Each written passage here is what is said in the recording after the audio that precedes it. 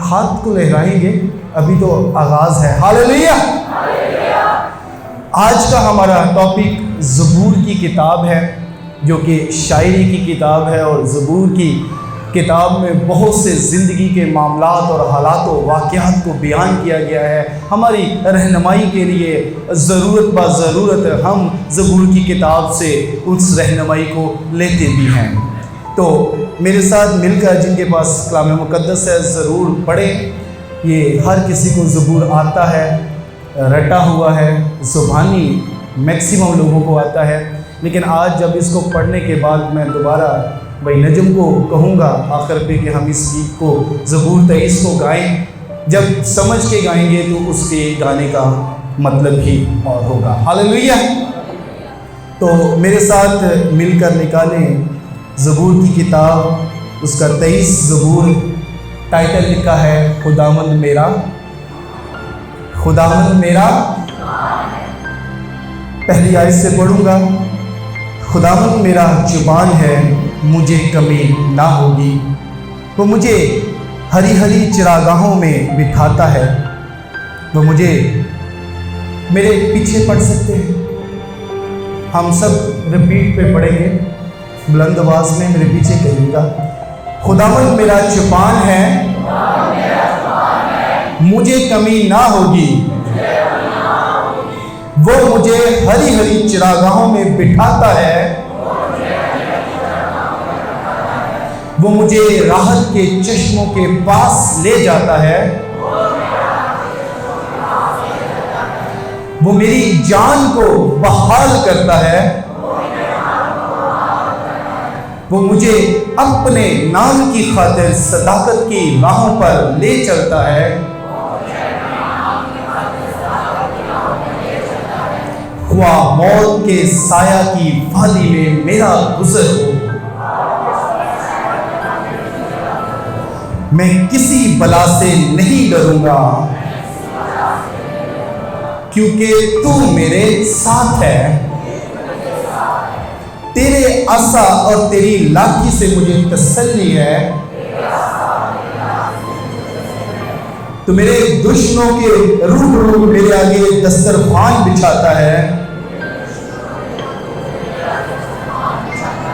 تو نے میرے سر پر تیل ملا ہے، میرا پیالہ لبریز ہوتا ہے، یقیناً بھلائی اور رحمت عمر بھر میرے ساتھ ساتھ رہیں گی، اور میں ہمیشہ خداوند کے گھر میں سکونت کروں گا۔ آمین۔ خداوند کے کلام کا پڑھا، سنا اور سمجھا جانا ہم سب کے لیے باعث برکت ہو۔ زبور کی کتاب، اس میں نہ صرف داؤد نبی کے زبور ہے، بلکہ اس کے اندر موسیٰ اور سلیمان کے زبور بھی ہمیں ملتے ہیں۔ اس کے علاوہ چند روحانی شاعر جو اس وقت اس زمانہ میں ہیکل میں جن کی ڈیوٹی ہوتی تھی اور جن کا مقصد صرف ہیکل کے اندر بیٹھ کر گیت لکھنا ہوتا تھا یا دھنیں بنانا ہوتی، ان کو اور کوئی کام نہیں ہوتا تھا، وہ یہی کام کرتے تھے۔ ان میں آصف اور بنی کورہ کی روحانی شاعریاں بھی اس زبور کی کتاب کا حصہ ہیں۔ یہ کافی موٹی کتاب ہے اور اس کے اندر بہت سی حالات زندگی کے بارے میں بیان کیا گیا ہے، جیسا کہ مبارک حالی کا زبور، زبور پہلا کیا لکھا ہے؟ مبارک ہے وہ جو شریروں کی صلاح پر نہیں چلتا، پہلا زبور۔ اس کے بعد صبح کا گیت یعنی زبور 3، شام میں مدد کا گیت زبور 4، تحفظ کا گیت زبور 5۔ خدا کی ریکوائرمنٹ کیا ہے؟ خدا انسان سے چاہتا کیا ہے؟ کون ہے جو خدا کی حضوری میں رہ سکتا ہے؟ کون جو اس کے خیموں میں سکونت کر سکتا ہے؟ زبور 15 ہمیں اس کے بارے میں سکھاتا ہے۔ اس کے ساتھ ساتھ فتح مندی کا زبور، کسی کو گھوڑوں کا، کسی کو رتھوں کا بھروسہ ہے، لیکن میں خداوند اپنے خدا ہی کا نام لوں گا۔ زبور کون سا ہے یہ؟ زبور 20 میں یہ درج ہے۔ مشکل حالات میں ہم اپنی شکر گزاری کیسے کرنی ہے؟ زبور 22 میں درج ہے۔ کیا لکھا ہے؟ اے میرے خداوند، اے میرے خدا، تو نے مجھے کیوں چھوڑ دیا؟ شکر گزاری کا گیت، زبور 23 شکر گزاری کا گیت جو آج ہمارا ٹاپک ہے۔ اس کو لکھنے والا داؤد نبی ہے جو کہ ایک بادشاہ ہے، اور اس نے بڑی خوبصورت انداز میں اس کو بیان کیا ہے، اور اس کو لکھتے وقت ایک بڑا اہم کام کرتا ہے۔ وہ کیا کرتا ہے؟ وہ اپنے آپ کو بھیڑ بنا لیتا ہے۔ وہ کیا بناتا ہے اپنے آپ کو؟ بھیڑ۔ کس کس نے بھیڑ دیکھی ہے؟ اب خاموش ہو گئے ہیں۔ بھیڑ کس کس نے دیکھی ہے؟ جو ہاتھ نیچے، انہوں نے بھیڑ نہیں دیکھی۔ داؤد نے اپنے آپ کو بھیڑ بنا لیا ہے، اور اگر ہم امیجن کریں، اندازہ کریں کہ جتنے ہم سب یہاں پہ موجود ہیں، اگر ہم سب تھوڑی دیر کے لیے بھیڑے بن جائیں، بن سکتے ہیں؟ ایک میرے نام کی بھیڑ ہے، ایک یہ جوشوا بھیڑ ہے جو بھی ویڈیو بنا رہی ہے، راحت بھائی ہیں، سیمسن بھائی ہیں، آپ سب ہم بھیڑے بن جاتے ہیں۔ داؤد نبی اس زبور کو لکھتے وقت بھیڑ بن گیا ہے۔ بھیڑ بننے سے پہلے جب ہم بائبل سٹڈی کر رہے تھے تو ہمیں ہرمیٹکس ایک چیپٹر ہے، ایک سبجیکٹ ہے جس میں ہم بائبل کی تفسیر کو سیکھتے ہیں، تو نے کہا کہ جب آپ کسی بھی حصے کو ایکسپلین کرنا چاہتے ہیں، کسی بھی حصہ کو بیان کرنا چاہتے ہیں یا سمجھنا چاہتے ہیں، سیکھنا چاہتے ہیں، تو اس میں موجود الفاظ کو، چاہے وہ جگہوں کے نام ہو، چاہے وہ لوگوں کے نام ہو، جو بھی الفاظ ہے اس کے اندر سے، جو باتیں اس کے اندر، ان سب کو علیحدہ کریں، ان کے بارے میں تحقیق کریں، ان کے بارے میں جانیں، ان کے بارے میں سمجھیں، اور جب آپ ایک لفظ کو سمجھ چکے ہوں گے، ان لفظوں کو سمجھنے کے بعد پھر آپ اس کی ایکسپلینیشن کی طرف جائیں، اس کی تشریح کی طرف جائیں، اس کی کمنٹری کی طرف جائیں، تو اس زبور میں دو بہت اہم باتیں، جو اہم ریلیشن بیان ہوا ہے، وہ بھیڑ اور چرواہے کا ریلیشن ہے، ایک چوپان کا ریلیشن ہے۔ تو بھیڑ بننے سے پہلے آپ کو پتہ ہونا چاہیے کہ بھیڑ کی زندگی کیسی ہے، بھیڑ کیا محسوس کرتی ہے۔ آپ بھیڑ بننے کے لیے تیار ہیں؟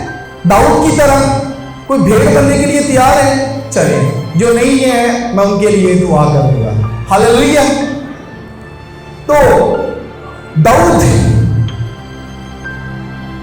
آپ میں سے کسی نے کبھی بھیڑ رکھی ہے گھر میں؟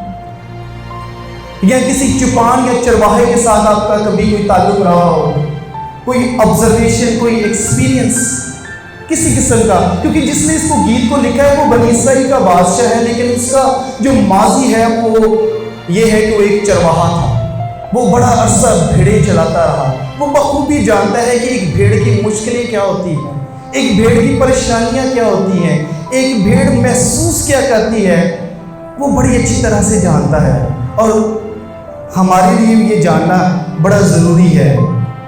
خداوند میرا چوپان ہے، مجھے کمی نہ ہوگی۔ میں آپ کو ارض فلسطین میں تھوڑا پیچھے لے کے جانا چاہتا ہوں۔ جب یہ گیت لکھا گیا، بھیڑ اور چرواہے کا جو ریلیشن شپ تھا بڑا مشہور تھا، بڑا محبت کیا جاتا تھا اس تعلق سے، بڑا لوگ آئیڈیل کرتے تھے، اس کو آئیڈلائز کرتے تھے۔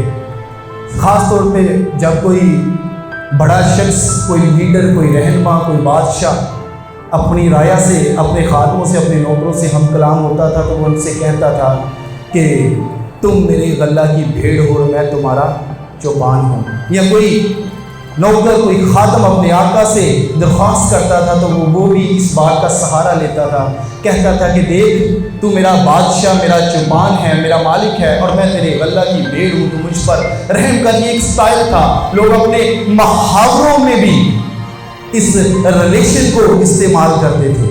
لیکن داؤد جو کہ چونکہ ایک خود چرواہا رہ چکا ہے، وہ اس بات کو سمجھتا تھا کہ بڑے سے بڑا لیڈر، بڑا سے بڑا خادم، بڑے سے بڑا بادشاہ، چاہے وہ جتنا مرضی زور لگا دے، جتنی مرضی کوشش کر لے، جتنا مرضی توجہ دے دے، لیکن کبھی نہ کبھی، کہیں نہ کہیں، کسی نہ کسی جگہ پہ کوئی ایک شخص، کوئی ایک بھیڑ، کوئی ایک اس کی رایا میں سے شخص اس سے ناراض رہتا ہے، اس کی کوئی نہ کوئی کمی رہ جاتی ہے، وہ کسی نہ کسی بات میں دکھی رہ جاتا ہے۔ ایک شخص کے لیے ممکن نہیں ہے، ایک لیڈر، ایک رہنما کے لیے ممکن نہیں ہے کہ ایک وقت میں ہر کسی کی ساری کمیوں کو دور کر دے۔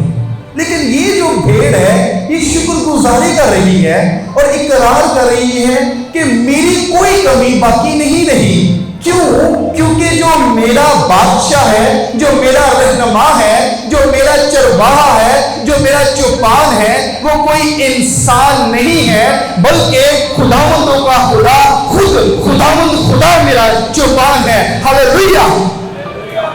خداوند میرا چوپان ہے، مجھے کمی۔ جب ہم انسانوں کی بات کریں، جب ہم اس دنیا کی بات کریں، تو دنیا کے لوگ اس قابل نہیں ہیں کہ وہ ہر وقت ہر ایک کی کمی کو پورا کر سکیں، لیکن جس کا توکل خداوند خدا ہے، جس کا چوپان، جس کا بادشاہ، جس کا چرواہا، جس کا گڈریا، جس کا لیڈر، جس کا رہنما خداوند خود ہے، اس کی زندگی میں کمی نہیں رہتی۔ کیوں؟ کیونکہ وہ نہ صرف چرواہا ہے، بلکہ وہ اپنی بھیڑوں کی ضرورتوں کو سمجھتا ہے، وہ جانتا ہے، اور کلام مقدس میں لکھا ہے کہ وہ تمہارے مانگنے سے بیشتر جانتا ہے کہ تم کن چیزوں کے محتاج ہو۔ وہ آپ کی کمیوں کو جانتا ہے، وہ آپ کی بے چینیوں کو جانتا ہے، وہ آپ کی پریشانیوں کو جانتا ہے۔ اسے پتا ہے کہ یہ میری بھیڑ ڈسٹرب کیوں ہے، یہ کیوں رات بھر سو نہیں پاتی، یہ کیوں بے چین رہتی ہے، اس کی زندگی میں کیا مسئلہ ہے۔ اور نہ صرف وہ جانتا ہے، بلکہ اس کی ہر کمی، ہر ضرورت، ہر مشکل کو حل کرنے میں وہ قادر خدا ہے۔ ہاللیلویہ! خداوند میرا چوپان ہے، مجھے کمی۔ خداوند میرا چوپان ہے، مجھے کمی نہ ہوگی۔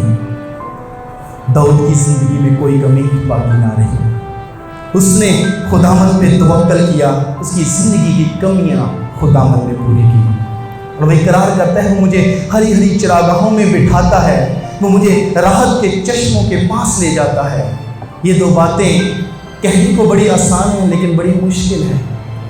اگر آپ نے دیکھا ہو تو یہ لکھا ہے کہ وہ مجھے ہری ہری چراگاہوں میں بٹھاتا ہے۔ بھیڑ کو بٹھانا آسان نہیں ہے، بھیڑ بیٹھتی نہیں ہے، بھیڑ بیٹھتی نہیں ہے جب تک کہ اس کی زندگی میں کچھ باتیں ہیں وہ پوری نہ ہو جائے۔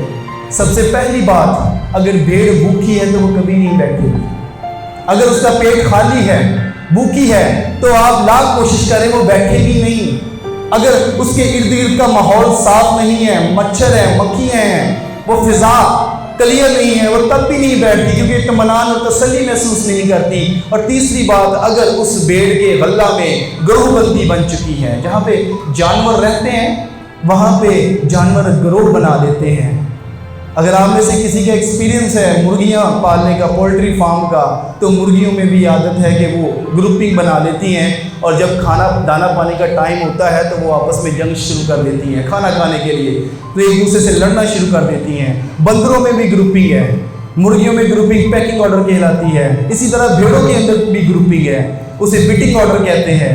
یہ اپنے گروہ بنا لیتی ہیں، اور جہاں پہ غلہ گروہوں میں ڈیوائیڈ ہو جاتا ہے، جہاں پہ ہر ایک اپنی الگ سے ایک ڈویژن بنا لیتا ہے، ایک تقسیم بنا لیتا ہے، وہاں پہ اطمینان اور تسلی نہیں رہتی، وہاں پہ خطرہ رہتا ہے، ہر وقت اٹیک کا خطرہ رہتا ہے، جھگڑے کا، لڑائی کا، تنقید کا خطرہ رہتا ہے۔ ایسا غلہ جس کے اندر تنقید ہو، لڑائی ہو، جھگڑے ہو، فساد ہو، بھیڑ تسلی نہیں پاتی، بھیڑ بیٹھ نہیں پاتی، وہ اطمینان بھی نہیں ہوتی، کیونکہ اسے خطرہ ہوتا ہے کہیں سے بھی کوئی نہ کوئی اعتراض، کوئی تنقید، کوئی اٹیک ہو سکتا ہے، اور وہ الرٹ رہتی ہے، چکنی رہتی ہے، وہ بیٹھتی نہیں ہے۔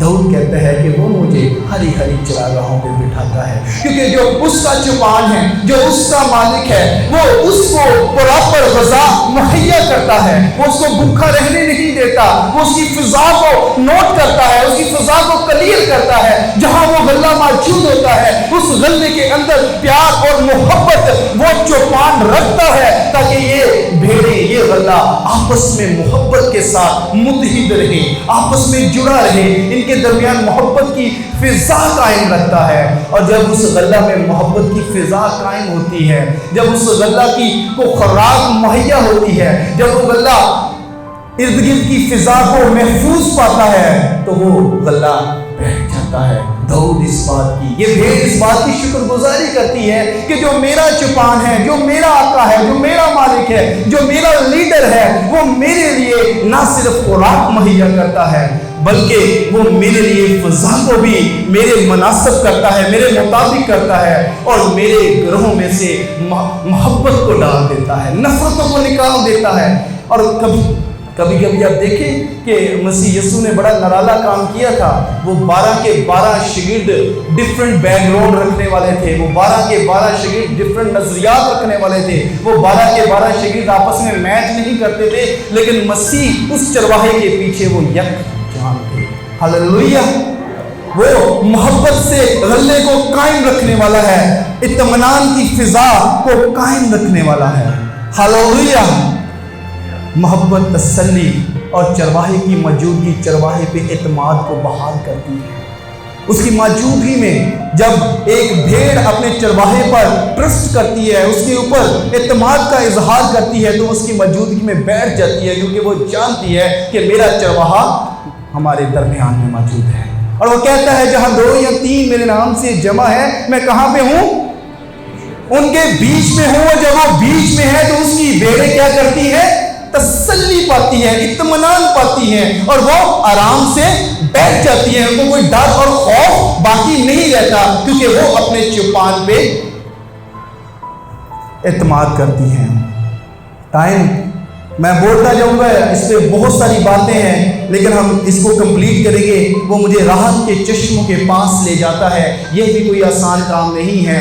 بھیڑ چلتے پانی کے پاس نہیں جاتی, وہ چلتے بہتے پانی میں سے نہیں پیتی, کیونکہ اسے ڈر لگا رہتا ہے. ایک تو چشموں کا شور اسے تنگ کرتا ہے, دوسرا وہ ڈرتی ہے کہ یہ جو بہتا پانی ہے یہ اسے بہا کر لے جائے گا. جانور پانی میں جاتے ہیں, مرتے نہیں ہیں, لیکن بھیڑ ڈرتی ہے, کیونکہ وہ جانتی ہے کہ پانی کے اندر میری جو اون ہے وہ کیا ہو جائے گی؟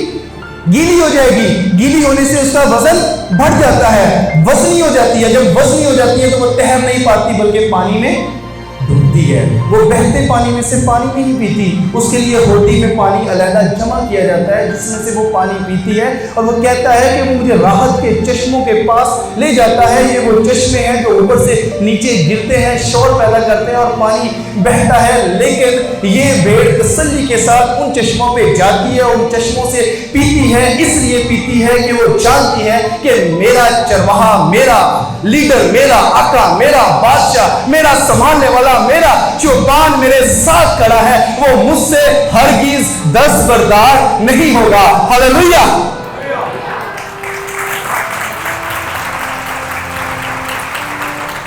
چرواہے کی موجودگی بھیڑ کے لیے تسلی کا باعث ہے. اگلی آیت میں وہ بیان کرتا ہے کہ میری جان کو بحال کرتا ہے. یہ بڑا ضروری ہے جاننا کہ جان کی بحالی کیا ہے. جان کی بحالی کیا ہے؟ جو بیڑوں کو جانتے ہیں کہ بیڑے ویسے بڑی اچھلتی کودتی ہے, ہنستی کھیلتی ہیں, لیکن اگر کہیں یہ گر جائیں, اگر کہیں یہ گر جائیں, ان کی چاروں ٹانگیں ہوا میں ہو جائیں, تو یہ سیدھی نہیں ہو پاتی. یہ بھیڑ کے ساتھ مسئلہ ہے. بھیڑ کی ٹانگیں اگر اوپر ہو جائے تو یہ کبھی سیدھی نہیں ہوتی, اور اگر کچھ آدھا گھنٹہ 30-25 منٹ اگر یہ ایسی حالت میں رہے تو بلڈ سرکولیشن اپوزٹ ہو جاتی ہے, ریورس ہو جاتی ہے, اس کی موت کا خطرہ پیدا ہو جاتا ہے. بھیڑ کو ہر وقت کوئی نہ کوئی رہنما, کوئی نہ کوئی لیڈر, اس کا چرواہا اس کے سر پہ چاہیے ہوتا ہے, جو اسے بوقت ضرورت تھوڑے طور پر سیدھا کر دے, اٹھا کھڑا کر دے, بحال کر دے. اگر وہ اسے اٹھا کھڑا کرے گا, بحال کر دے گا, اس کی نجات ہو جائے گی, اس کی جان میں جان باقی آ جائے گی, وہ دوبارہ سے چلنے پھرنے کے قابل ہو جائے گی. اور داؤد اس بات کو جانتا ہے کہ اگر خدا اس کے گناہ سے گری ہوئی زندگی کو اٹھا کھڑا نہ کرتا, اگر خدا اس کی مدد نہ کرتا, اگر عین وقت پہ اس کا چوپان, اس کا چرواہا اس کی مدد نہ کرتا, تو وہ زندگی اپنی ہلاکت میں چلی جاتی. وہ کہتا ہے وہ میری زندگی کو بحال کرتا ہے. وہ اس بات کی شکر گزاری کرتا ہے کہ میرا چرواہا مجھ سے آنکھیں ہٹاتا نہیں, بلکہ اسی یسوع اس جگہ فرماتے ہیں کہ وہ 99 بھیڑوں کو چھوڑ کر تمثیل میں ایک اقلیتی بوڑھ بھیڑ کے پیچھے جاتا ہے. کیوں؟ کیونکہ وہ جانتا ہے کہ جنگل میں اگر بھیڑ تنہا رہ گئی, اکیلی رہ گئی, اس کو کوئی سنبھالنے والا اور سیدھا کرنے والا نہ ہوا, تو وہ بھیڑ مر جائے گی. وہ اس کی نجات کی فکر کرتا ہے, وہ اس کی جان کو بحال کرتا ہے. ہاللویہ. یہ بھیڑ کا مسئلہ ہے, اس کو نجات کی ضرورت ہے. میں آپ کو ایک بات بتاؤں, آپ کو پتہ ہے بھیڑ اور بکری میں فرق ہے. بکریاں یہاں پہ کافی زیادہ ہوتی ہیں, بھیڑیں کم ہوتی ہیں. بھیڑ اور بکری میں ایک فرق ہے. تو بتا سکتا ہے کیا فرق ہے؟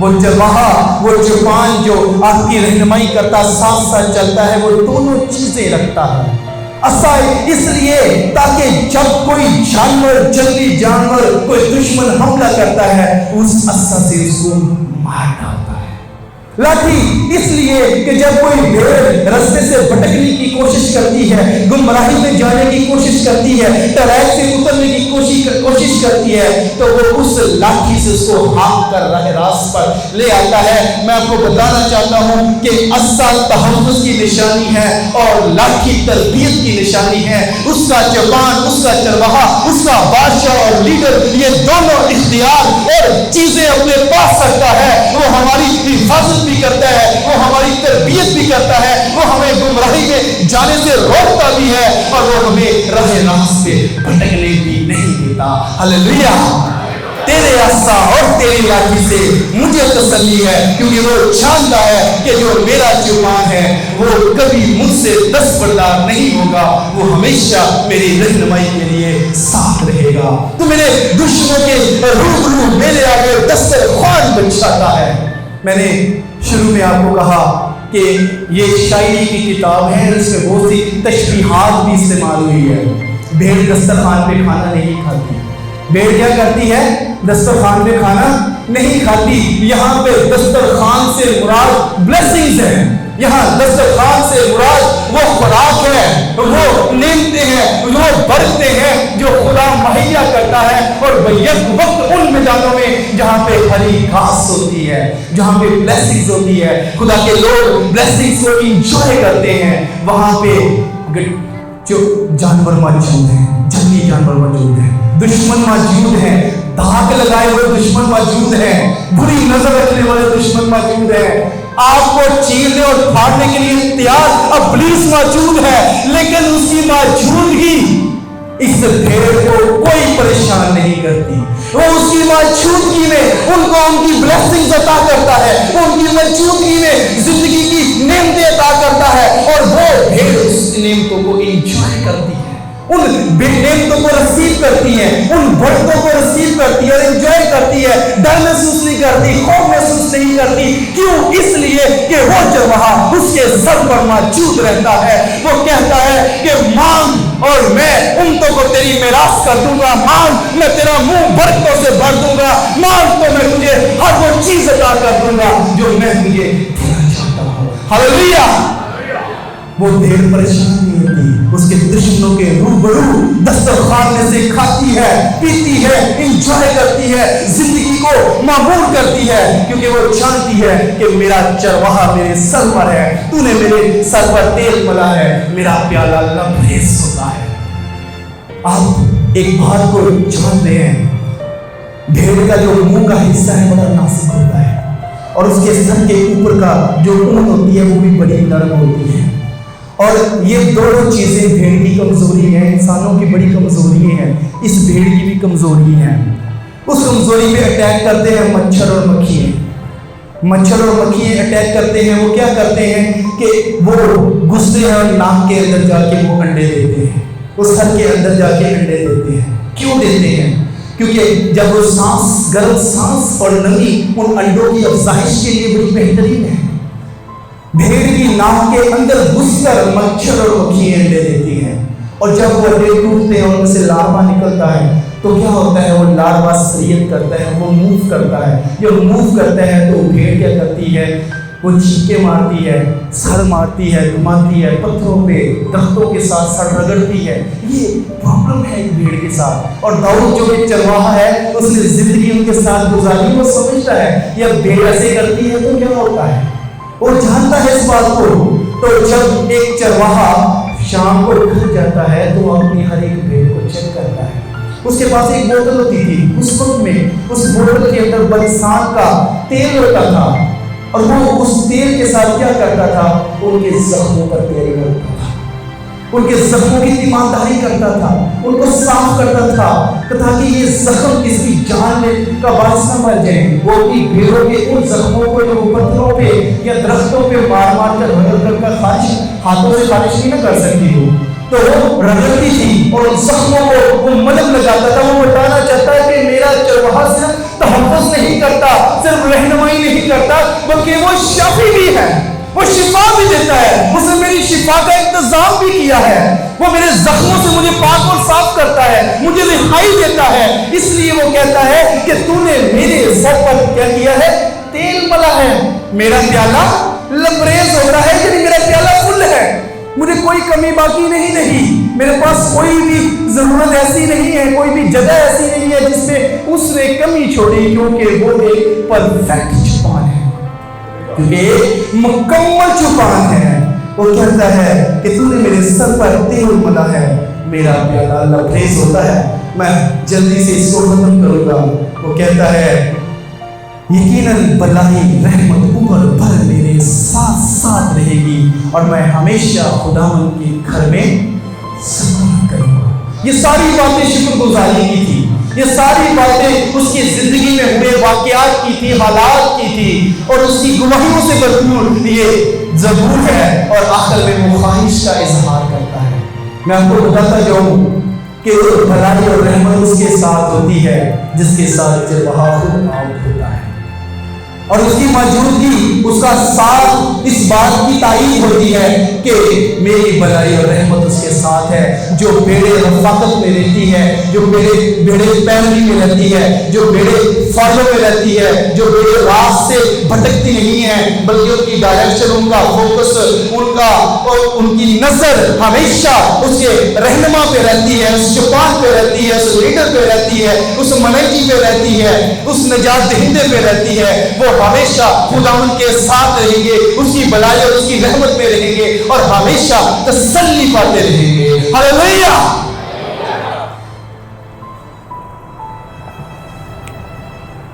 خداوند میرا چوپان ہے, مجھے کمی نہ ہوگی. وہ مجھے ہری ہری چراگاہوں پر بٹھاتا ہے, وہ مجھے راحت کے چشموں کے پاس لے جاتا ہے. موت کے سایہ کی وادی سے میرا گزر ہو, میں کسی بلا سے ہرگز نہ ڈروں گا, تیرے آسا اور تیری لاٹھی سے میری تسلی ہے. ہاللیلویا. خداوند کے پاک کلام کا بڑا اور سنا جانا, اور آج اس کلام کے وسیلہ سے آپ سب برکت پائیں.